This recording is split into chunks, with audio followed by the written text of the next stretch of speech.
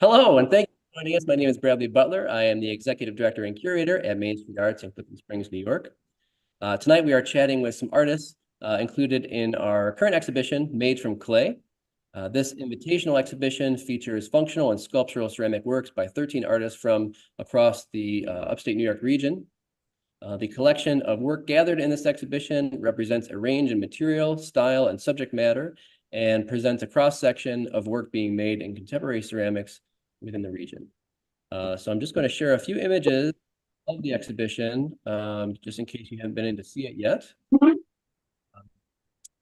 So this exhibition is made in part by the Rochester Area Community Foundation and the New York State Council on the Arts, with the support of the Office of the Governor and the New York State Legislature. And the exhibition is up through May 29th. Gallery hours are Tuesday and Wednesday from 11 a.m. to 3 p.m. and Thursday through Saturday from 11 a.m. to 6 p.m. So the images we're looking at now are, installation shots. And then now we've got a few images of the opening reception, which was held on the 27th of April. And if you are unable to see the exhibition in person, we do have a live, or it's no longer live, but it's a recording of a live event we did, which was an exhibition walkthrough. So you can kind of get a sense of the exhibition in the space, and you can find that on YouTube. So I'm going to bring everyone back here, and I'm just going to introduce everyone that we have here in the room, so to speak. So we've got David McDonald. We have Mitch Messina. Hello. Hannah Tomset. James Tingy. Hi. Helene Toledano. And Robin Whiteman. Hello. So thank you all for joining us tonight. And this is just, I consider this exhibition to be like my love letter to ceramics. I love ceramics. I did have Mitch as a professor, and I almost went in. Then he started painting. And then I became a painter instead.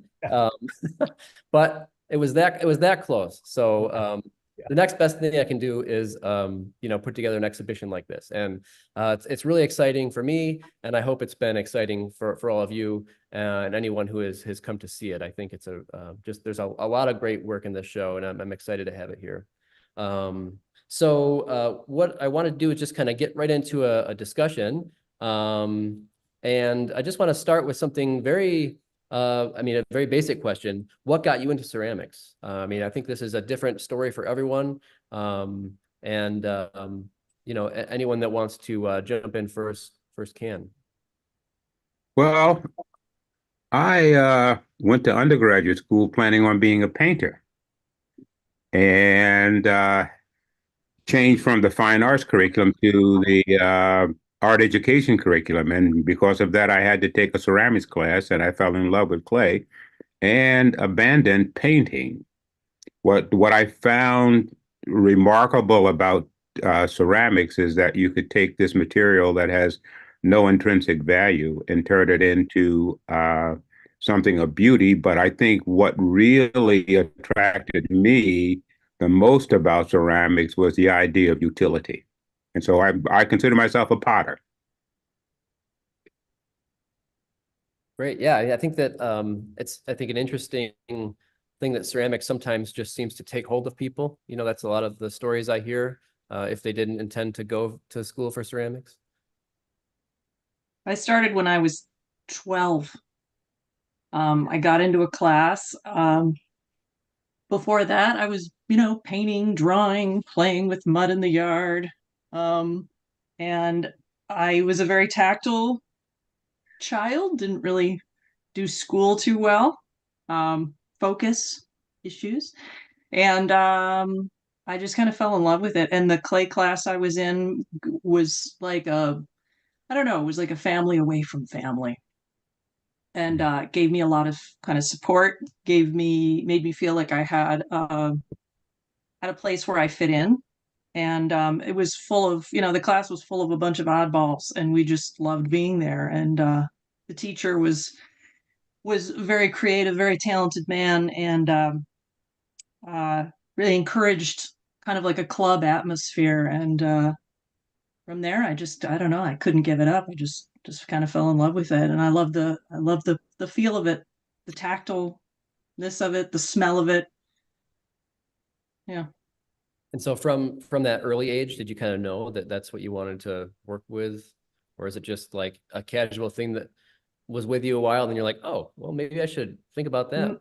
No, I was kind of obsessed. I mean, and instead of doing my homework, I would work on projects. And then I went to college for sociology because like I wasn't encouraged to go into the arts by family. But it's funny because it's ironic and ridiculous actually, because the only thing I did really well was art, and or was passionate about. Let's just say that was really passionate about and could do.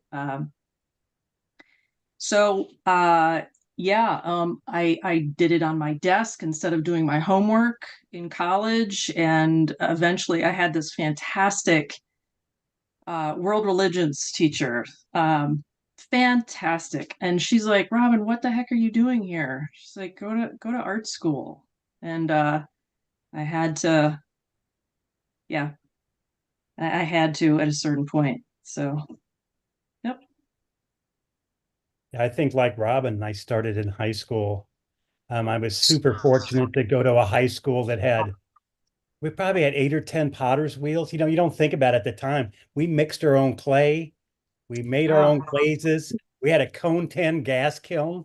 This is in the high school, and I was, I was a kid that didn't really fit into the normal education system. I was a really physical kid, I played a lot of sports and stuff, but I found that once I started to learn how to manipulate clay, and that physicality of clay kind of met my needs, it also gave me a way to communicate. And it gave me a pathway to go through school, to college, to graduate school, and teach college now for the last 33 years. So, it's been a great, wonderful trip that it's all been given to me through the access to clay.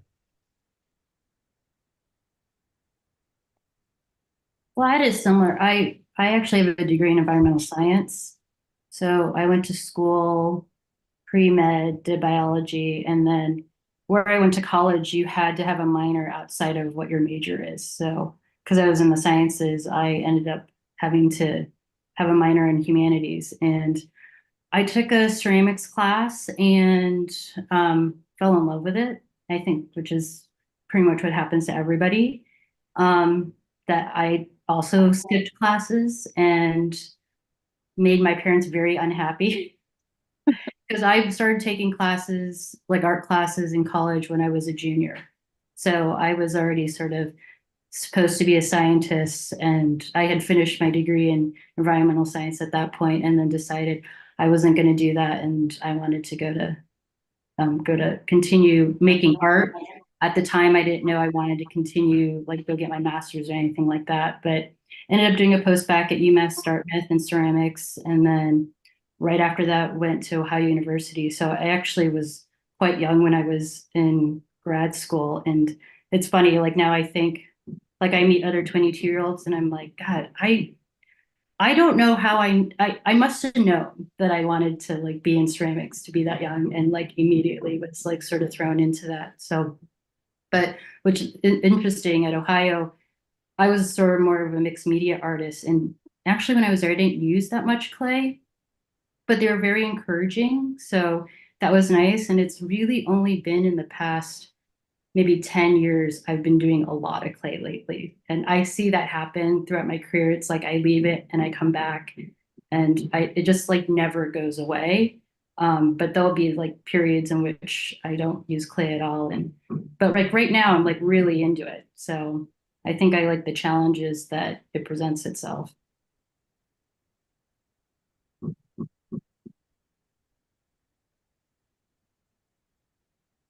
Yeah, I think that's interesting. The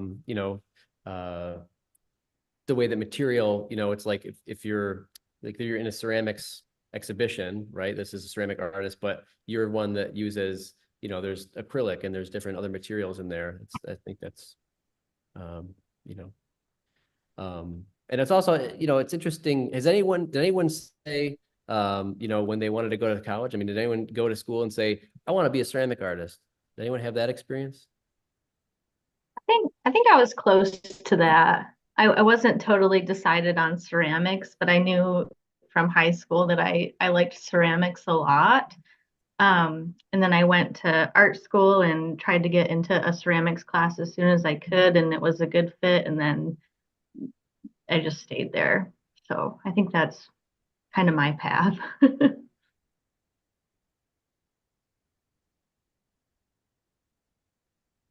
I definitely wanted to do ceramics since I was in high school, you know. Um, the college professor that I studied with came as a visiting artist.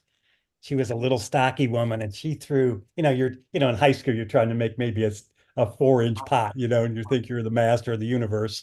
And she came and she threw like these probably 24-inch big giant vessels on the wheel. And then she reached her hand in and started to stretch them and distort them from the inside. And my jaw just hit the floor, you know, and I said, wow, I got to do that, you know. And then all I can remember is they stuck like 20 pounds of clay on the wheel and said, we're going to lunch. Why don't you try that? And that's it. They left the room and left this big hunk of clay on the wheel. And so, you know, of course, I battled it for like a couple hours. It didn't get anything. But that was it. I was in all the way in by then, you know. Great. And I think, well, Dejan joined us. So Dejan Pejovic, we missed the introduction there, but Dejan, what got you into ceramics? Let me think. Well, you know, I started with ceramics when I was around 8 or 9 years old, and because I took classes over at the MAG, actually, over here where I teach now, and then I forgot about it for a long time. I got into woodworking and to other materials. I studied sculpture and got back into ceramics actually when I started to teach sculpture. So that's when I got to like it. I'm essentially a carver more than a kind of a modeler or a manipulator of soft materials, as it were. So I've adapted kind of my technique with clay to work it as a sort of a transitional material, a soft to hard material.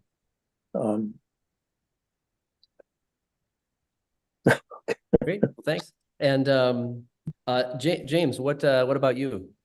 I'm kind of a lot like, you know, everybody else here. I was really fortunate that I was a senior in high school when I first took my ceramics class. It was almost impossible to get into the clay classes in our high school, but everyone said, you got to do it. You got to do it. We got this great teacher there. And I took a class and fell in love with it. I was only able to take it as one period a day because it was a block class, but I fell in love with it. And then that summer I took classes at the community college, and then I wanted to do ceramics in college, but I was like, you know, can you actually make a living at this thing? And I took engineering courses and actually got my undergrad degree in engineering.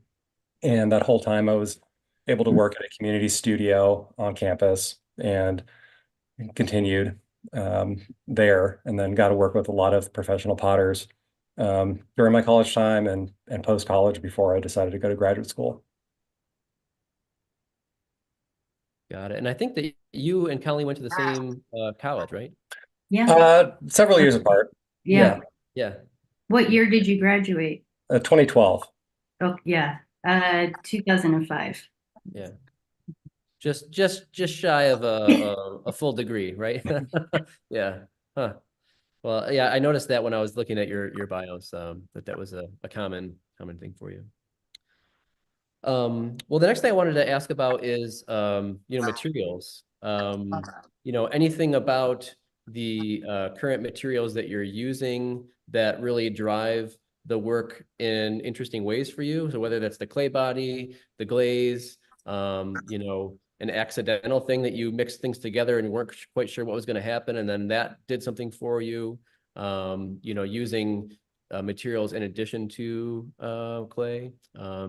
Anything kind of in that realm for anyone? I'll jump in. I use a lot of paper in my processes. I don't know when it started exactly, but I like to fold all my prototypes out of paper and also make things out of paper, and then so all of the pieces that are ceramic kind of start as paper and kind of this a two-dimensional drawing that you can fold up into 3 dimensions. And then I also really like the challenge of taking that kind of like ephemeral material and turning it into ceramic. I think I spend a lot of time with paper and plaster, I guess.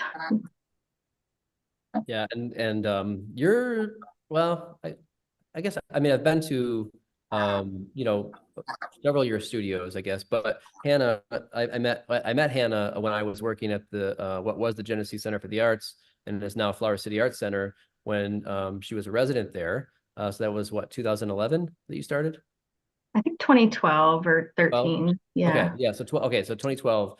And I think that I want to say that you were just starting with the paper at that point, right? So Yeah, I think that's right. And I think like working at the Flower City, they had the book art studio, they had the photography studio. So I was really kind of, moving around the different studios there, which probably had an influence on that. but it's really been cool, because now we're 12. I'm good at counting. 12 years, 12 years later. And it's just cool to see the way that the work has evolved. So yeah, definitely. I feel like depending on what clay I use, I feel like I have these two different, almost like I don't like the word lines, but like directions that I tend to go in. And one is I have a porcelain that I absolutely love, and I start working with it really mushy, and I love how mushy it is, and I let it gradually firm up and keep getting more detailed, and that produces a certain kind of very delicate, intimate work. And then I have the other stuff, which is kind of like the opposite, and it's like I have like 5 different clay bodies and they all can go to the same temperature, and like, let's throw them together. And it's like totally the opposite. So it's like almost playing with these 2 different sides of my personality. I was just having this conversation with my daughter who graduated from culinary school for baking and pastry recently. And we were talking about, she's like, yeah, the difference between the pastry work and the baking work, and how one is like like you can't get all your needs met in one, because one is so like focused and detailed and the other one is more physical. And I'm like, yeah, I totally related to that in my own way. So yeah. That's cool to think about it in that way. And I think because you had a show here in, what was that, 2016 upstairs in our small gallery space, right? Something And I think like that. Yeah. at that point it was, I mean, you were doing, a mixture of different clay bodies, but I don't think you had started the kind of marbly mixed clay body work at that point, right? Not really. Yeah. Because I remember No. seeing that for the first time, especially as a non-ceramic person, just someone that took Mitch's class, it was really cool to see that you could actually mix clay bodies together like that. And, I mean, did that come like, I mean, was that accidental for you? Was that, something you wanted to try and just No, I just, yeah, I wanted to try it. I mean, I used to throw, and throwing was kind of like and I don't mean that like everyone's style of throwing is different, but for me, throwing was kind of like the baking side. It was physical. I didn't like, I wanted to have nice forms, but it was like, it was more relaxing in a way. Than the little anal retentive sculpture. But I had moved away from throwing and needed something that kind of gave me that feel. And yeah, I don't know. I think I just like clays, and I was feeling a little, I like what I can create with the porcelain, and that's very fun to me, for me to have that much control. But I don't know, I was just wanting to see more, wanting to see texture, wanting to see color, wanting to see, so it's play. It's just more play. Yeah. Well, I've been really obsessed with the idea of like illusion. And so lately, like my work it's trying to almost take the characteristics of clay out of clay and then make them look like something else. Like I'm totally into that textured, rough, fuzzy glaze right now, which is super toxic. But there's something about like, it's just like on a line of like, I mean, it resembles like grassy surface, but is definitely hard. And as you move along it, it can change color depending on like how like I end up, I stay in the glaze, but then I will go in with more color at different angles to try to give it like a different cast of color. But I have pieces in the show where I was like really into like the delicacy and the fragility of clay and really kind of focusing on that. And then these other pieces, I'm really into like the heaviness of like what clay and glaze can be. So there's like this like contrast that I've been sort of working at. And but having things look a certain way and then make them look different, which I think is so interesting about clay, is like you can kind of make it look like anything, depending on, how you, yeah, I mean, it's a soft material that comes like, that could be pretty much anything, which is what's really exciting to me. And I get really excited about sort of experimenting and trying to figure out how to kind of mess with like the ideas how we would normally use clay. Yeah, your work in the show, there's two different pieces. One of them has got like a base that is not ceramic, that's got like flocking on it, like black flocking. Yeah. Right? And then I have you like clay flocking. yeah. And then you got the other piece that looks like that, but that's clay. And people Mhm. have asked a lot about that one. Like, well, what is this clay? And it's And so it's funny because when I apply that glaze, I apply it in a similar way that I apply the flocking. It's like just sort of this built up of that material, and then when it's fired, it basically just freezes like that. So it's kind of the same way with the flocking, and I'll color it the same way and kind of like handle it in a similar way that I do with the flocking. yeah, there's several of you in the show have glazes that really, for people who are not used to seeing a lot of clay work, it really brings a lot of questions like, well, what is this? And I can answer it to a certain point, but it's really interesting just to see what surfaces make people kind of scratch their head and wonder what they're looking at. So. I spent a lot of time testing, and historically I was the person that painted a lot of clay. And so this is all a new shift for me to glaze, I mean, I've always been on the wheel since high school, but I really spent most of my career in hand building sculpture. And I'm returning to the wheel and glazing again. And so and I was really trying to get a surface that softened that kind of industrial form that I was making. And I thought glaze did that nicely, especially some of the textured glazes. And, there was honestly, every time I opened a kiln, I wasn't sure what I was going to be getting. It seemed like it never looked the same twice. But there was a lot of trial and error going on in that process. And, I kind of wanted them to look like they have that life to them, that softness to them that glaze can give. And then glaze is a beautiful surface, on form.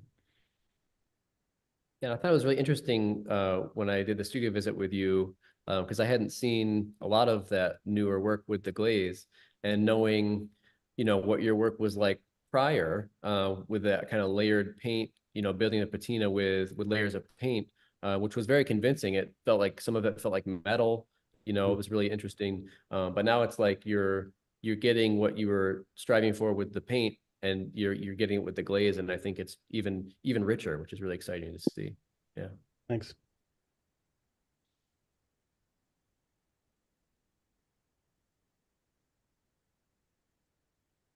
Any other material things from people? Well, I work with a variety of clays depending upon what I want to do. I work in primarily stoneware because I'm making mostly utilitarian objects.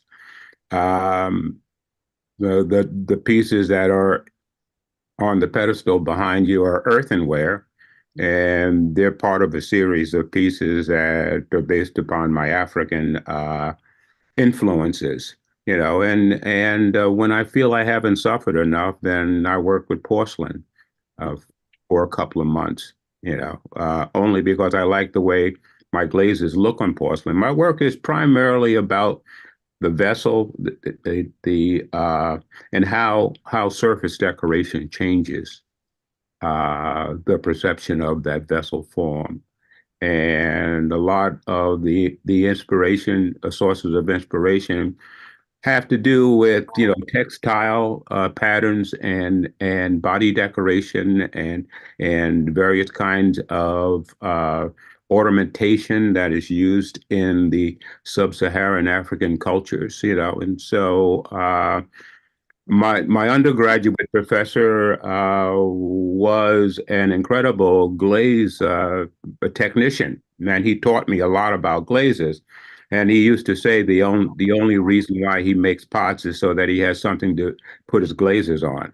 Um, I think in some way the only reason why I make pots is so that I have a surface to decorate, and that's what I feel. I mean, I don't think I'm making a shape that no one has ever made before, but I think the way in which I decorate the surface has a uniqueness about it that allows me to express certain ideas and observations that I've made studying the physical culture of sub-Saharan Africa.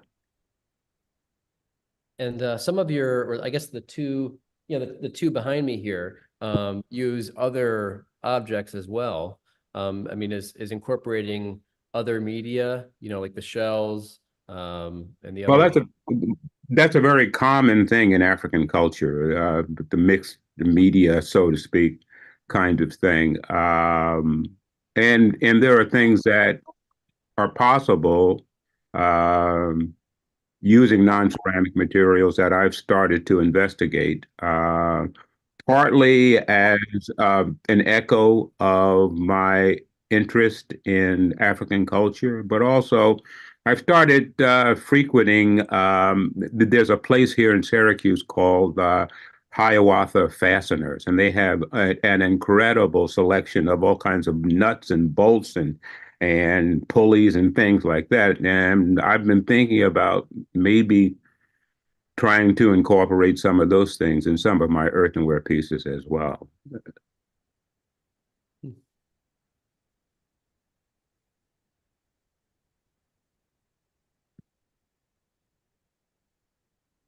Any other materials things from anyone? Okay. Well, the thinking about, because this show is a mix of sculptural work, a mix of functional work. So thinking about those two things, like what really drives the work that you're making? I mean, do you think about if you're making the mug, is it utility that's driving it, or is it like David described, like I just want a surface to put glaze on? Or if it's something that's sculptural, is it the concept that's driving it? Anyone have thoughts on that?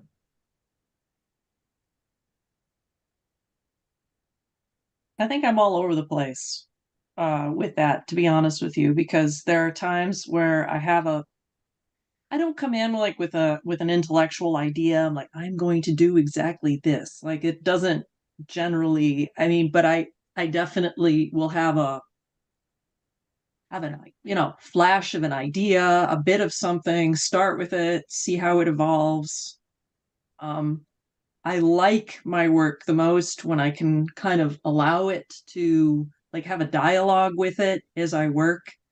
Um, a lot more than when I'm just like, I'm gonna make this, and it becomes like a willful thing on my part.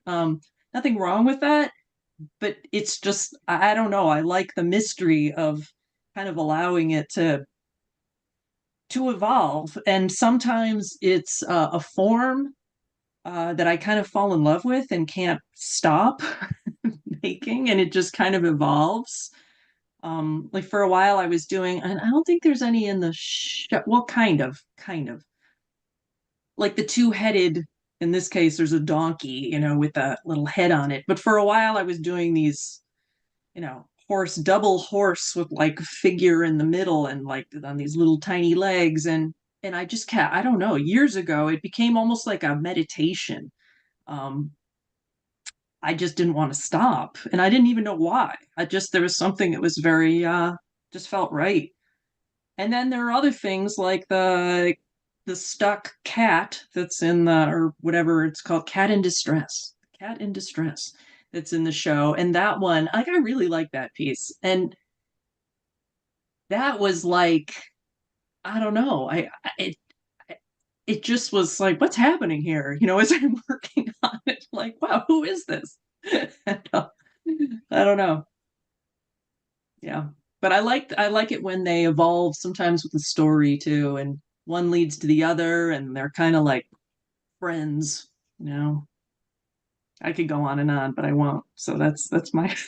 Well, that's a Don't- question I often have, not when I ask often, I guess, but I wonder that, because I think about this myself, like when people ask me like what the painting is about, I just say, well, I essentially just try and make the same painting over and over again, and inevitably it changes, so I wonder, I guess, is that the way that it feels? Are you always, essentially making the same thing, but obviously it's different because you're not cranking out, sculptures that look identical, but it's like you're trying to say the same thing through slightly different ways.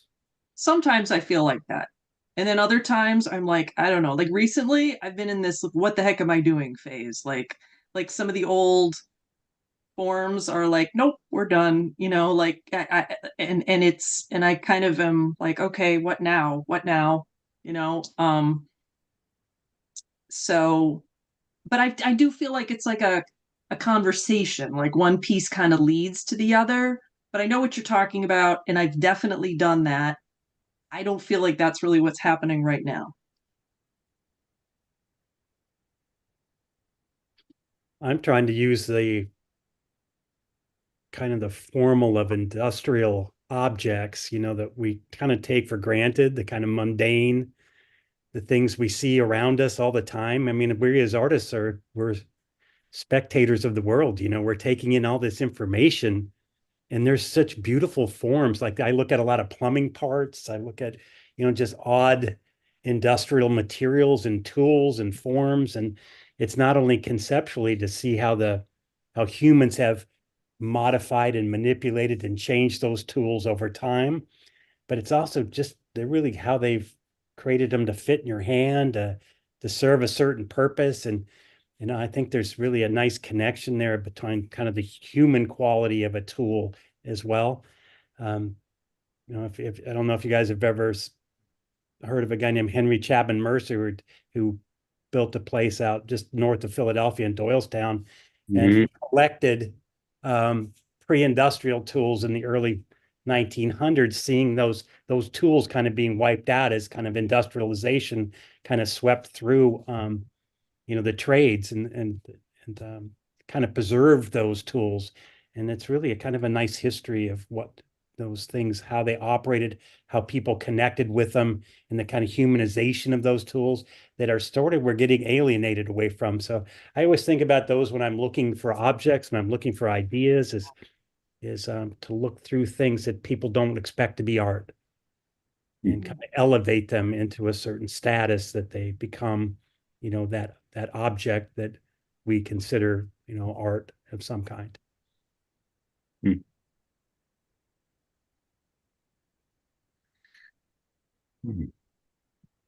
think Dan, speak a bit. Dan, you're muted. Hold on. There you go. Okay, I just Oh, nope, you're muted again.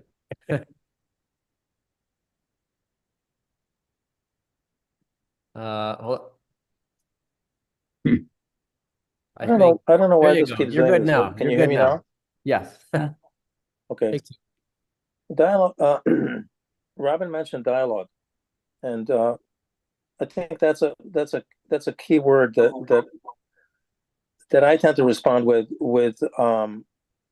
clay, because clay to me is something that I just kind of work with, and it talks back to me, and it's a dialogue. And you're working in clay, you're working in wood, metal. I mean, does that have, you have more of a dialogue with clay because of the way it's used It's a versus wood, or? it's a faster dialogue. It's what I like about clay is that there's a kind of a immediacy and sort of a gestural quality that that doesn't happen with. I'm working with wood right now. With wood, it's more like it's there's something much more protracted and slow, which has its own quality. You know, I can take a piece of wood and work on it and then leave it, and I work on like 10 things different things at a time. With clay, it's really kind of, you know, the process between a soft clay and a hard clay and the different tools that I use to work it. Um, that's kind of like part of the magic of clay, which is not there with wood and some other materials. But the magic is in the dialogue, really.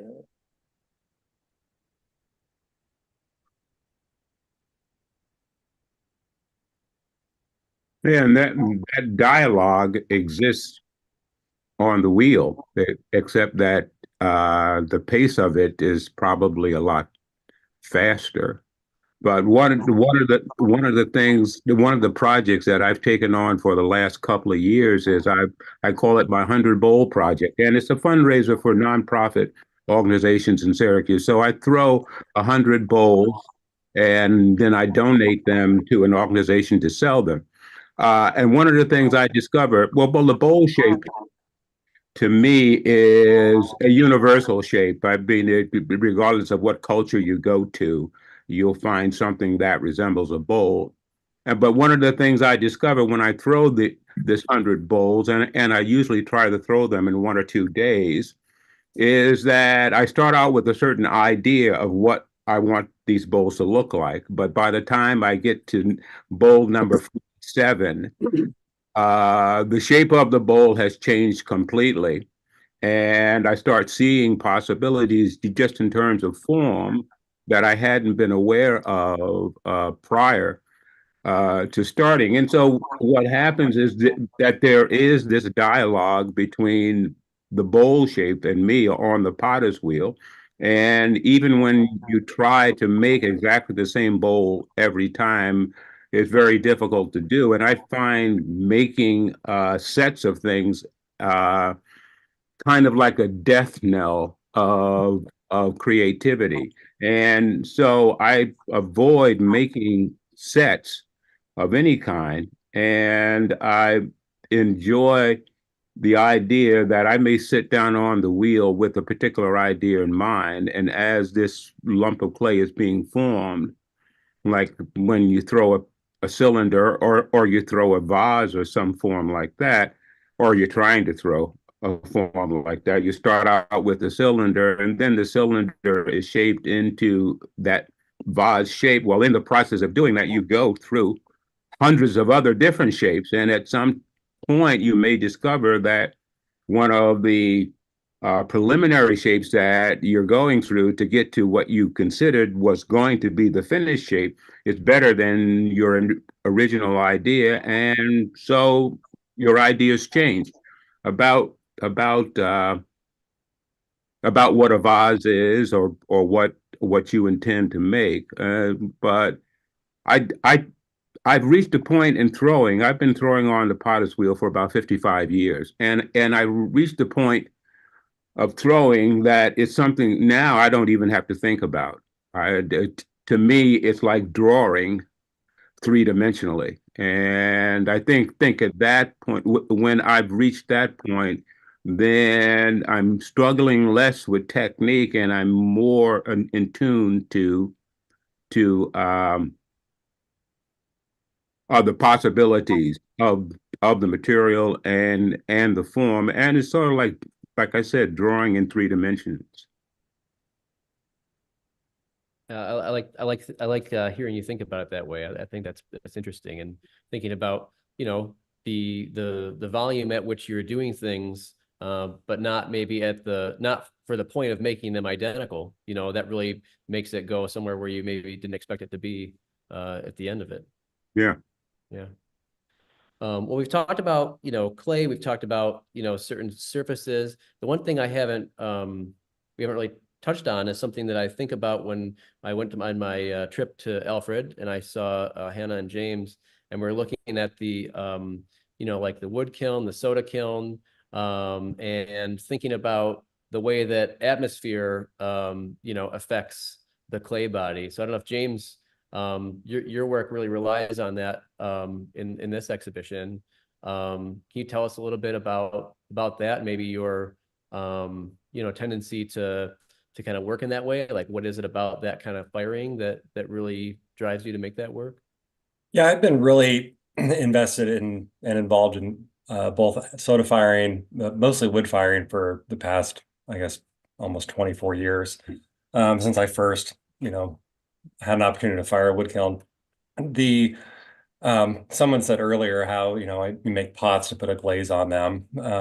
Oftentimes, and I go through this, you know, at different times where I feel like I'm just making pots to fire them because I'm really interested in the interactivity of the process of firing the kiln, like how you load it impacts the results that you'll get from the kiln. You know, the method in which you fire it has a really large impact, but then how those are married to the materials that you choose as you're making through the whole process, you know, one clay versus another clay, and all the materials that you put into it can have a really dramatic effect on the finished results. So those are the types of things that I'm really interested in sort of understanding and pulling apart. You know, how those materials interact with the firing and how those materials change and transform.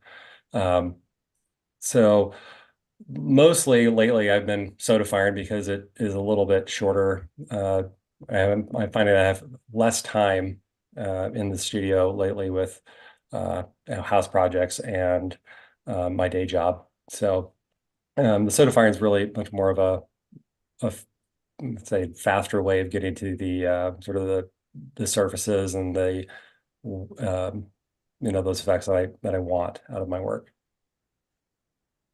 Yeah, that's like I'm really drawn to, you know, things with a crusty, you know, surface on it that you can often get from that kind of firing. And I've never seen, you know, like I think it was is it the salt kiln or the soda kiln that had more of a kind of patina on it was like very noticeable on the bricks. It's both. They have like unique sort of patinas or the way that they're seasoned. They'll respond differently, but they all will have, you know, show that residue of, you know, the numerous firings that they undergo. Yeah. Well, I just thought that was such I mean, it's like I could just look at the, you know, the surface of the walls of the kiln. You know, I thought that was just so interesting to see. So I think that's, you know, just a really, I don't know, unique thing again from a painter's perspective. You know, just seeing that cool surface is enough for me sometimes. So, well, I think as kind of a last question to kind of round this out, I'm thinking about just the way that the things that we do in our lives lead us to situations or conversations with people or experiences that we wouldn't have otherwise had. You know, a lot of the things I've experienced in my 11 years here as, you know, director and curator, you know, a lot of interesting conversations, obviously about art, but other things led me to do things, go on studio visits, have interesting experiences as a painter, you know, being in shows and having, you know, interesting encounters with people. So if each of you have, you know, like a memorable story from an exhibition or an experience you had, you know, whether it was a funny one, a heartfelt one, a terrible one, you know, like all your work broke at an outdoor show. I mean, basically any interesting stories to tell where you know, clay is the in the foreground. I don't have an interesting story, but I think I have an interesting question. And that is can you hear me? Yes. Can you? Yep. And that is with all the artists here, I'd like to ask them how important to them is having an audience. It's like for us to have a show here is kind of like having an audience. Is that important to your work? Is that important to your concept somehow? I find actually that it's not. But I might be alone in this, and I know that in fields like music and in literature and in performance, obviously, that it's important to have an audience. But I don't find that in the visual arts. It's almost like kind of working alone, and I'm not sure whether this is an individual thing or whether it's the fact that the visual arts are really not that important in our culture. I'm going to jump there you in go. on both of these things. I'll hit you first, Dan, and I'm going to say that sometimes it doesn't matter, but it does matter mostly because, you know, I'm not even in I'm not teaching at a college. I'm not part of a big community, you know, like I feel like there are others out there and, you know, in my larger art community, but I'm just like in my studio by myself. And it gets lonely if I don't feel like that work is like it's a communication. You know, I think was it Mitch? Someone said earlier talking about like it being a way to communicate. I think that was mentioned because that really resonated with me. And you may not know it now because I'm talking, but generally when I was younger, you know, like speech was definitely not as important or as easy as making art, and whether that be performance or singing or, you know, all the different or visual arts. And you need someone to be absorbing that. One question. Is that communication happen when it leaves the studio or when it's in the gallery and people actually see it? Or is it just your idea of an audience? I think it can be the idea of an audience, but it's beyond that. And I'm going to go into the second, Brad's question now. This is going to lead me to about 6 years ago, was it? I had just had surgery. I had cancer, and I had a one-person show. It was in the Hudson Valley area, and a lot of emotion went into that show. There was a lot of very heartfelt work that went into that show. It was mostly made while I was recovering. It was very personal work, whether or not you could see it from looking at it. So I had it in a show, and unbeknownst to me, like it one of my favorite pieces sold. A few pieces sold, but there was one that I really fell in love with. It meant a lot. It sold. I later met the person who purchased it. We later became close friends after he purchased a couple more pieces, and we just slowly got to know each other. He was an awesome guy. Unfortunately, he passed last spring, but he shared with me that when he went into the gallery and saw that piece, he had just found out that he had cancer. And he stood in front of the piece and started weeping. And like,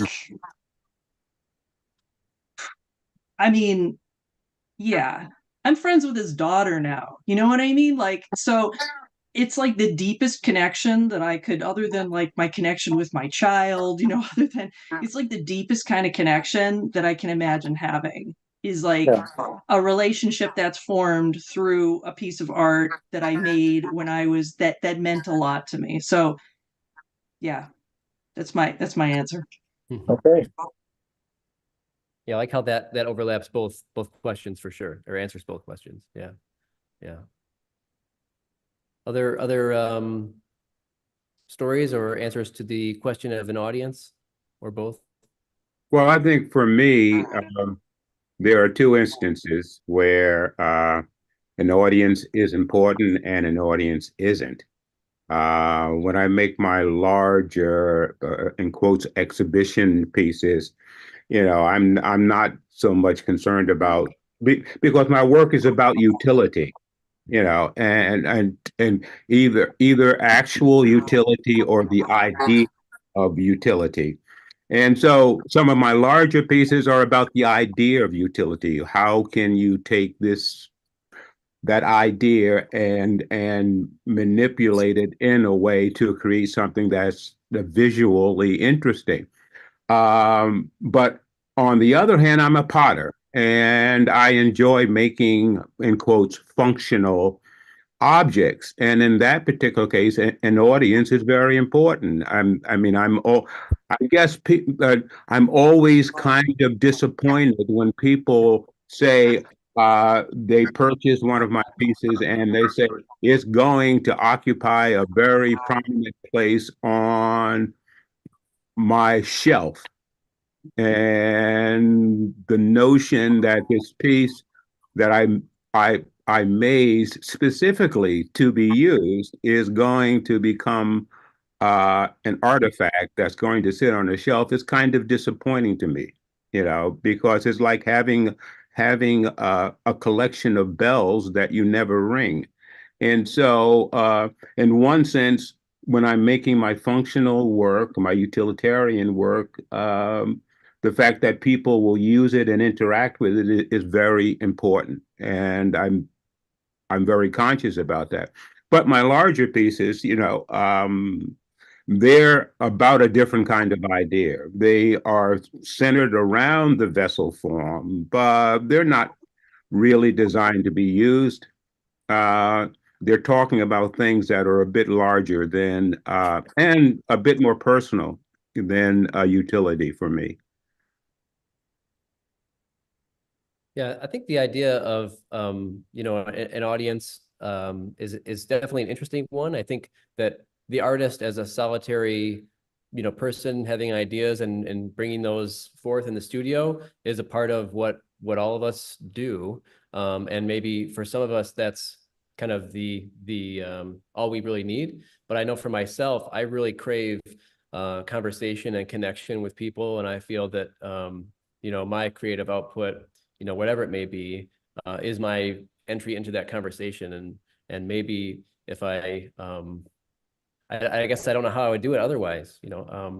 It brings me to the place where I can, engage with people with ideas that are maybe things I don't quite know the answers to, and all I really need is a conversation, not an answer. Well, let me ask you. Think, Yeah. Let me ask you though, is the work itself the conversation, or is it the conversation about the work? I don't know. It's a good question.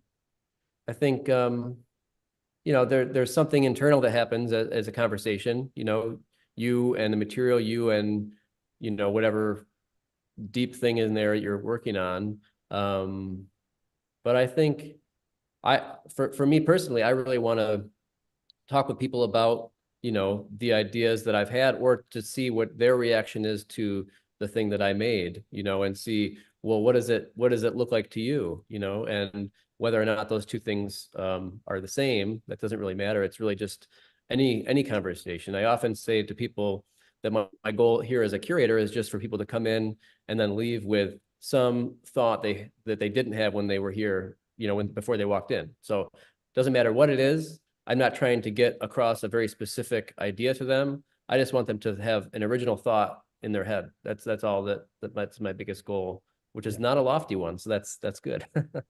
You want to spark that conversation in somebody. You don't want them just to walk by your piece though, right? You want them right to stop and engage in some way. Love it, hate it. You want them to at least have to go through the motions of observing it and taking the information in some way. Everybody internalizes it to whatever kind of capacity they can, rather than, oh, that's nice, and go on to the next one. That's what you're hoping, is it'll stop them in their tracks a little bit and make them think. Yeah. Mm. All right. Well, does anyone have any other last things to share before we close up? Thanks for putting this Well, together. yeah, I would like to thank you for including me in the show. And I think this idea of having the artist talk is a great idea. It just needs to be 4 times longer. Yeah. Yeah, for sure. Well, yeah, and this was a great opportunity for me to work with people who I had worked with in the past, who have been in shows here in the past, and also to meet new people. Because I think, like I said, I just want conversation with people, and it's great to get to know some of you who we've never shown before. And we hope that this relationship continues on into the future. So Thank you, Brad, and all the rest Thank of you you, guys. Brad. Yeah. Thank you.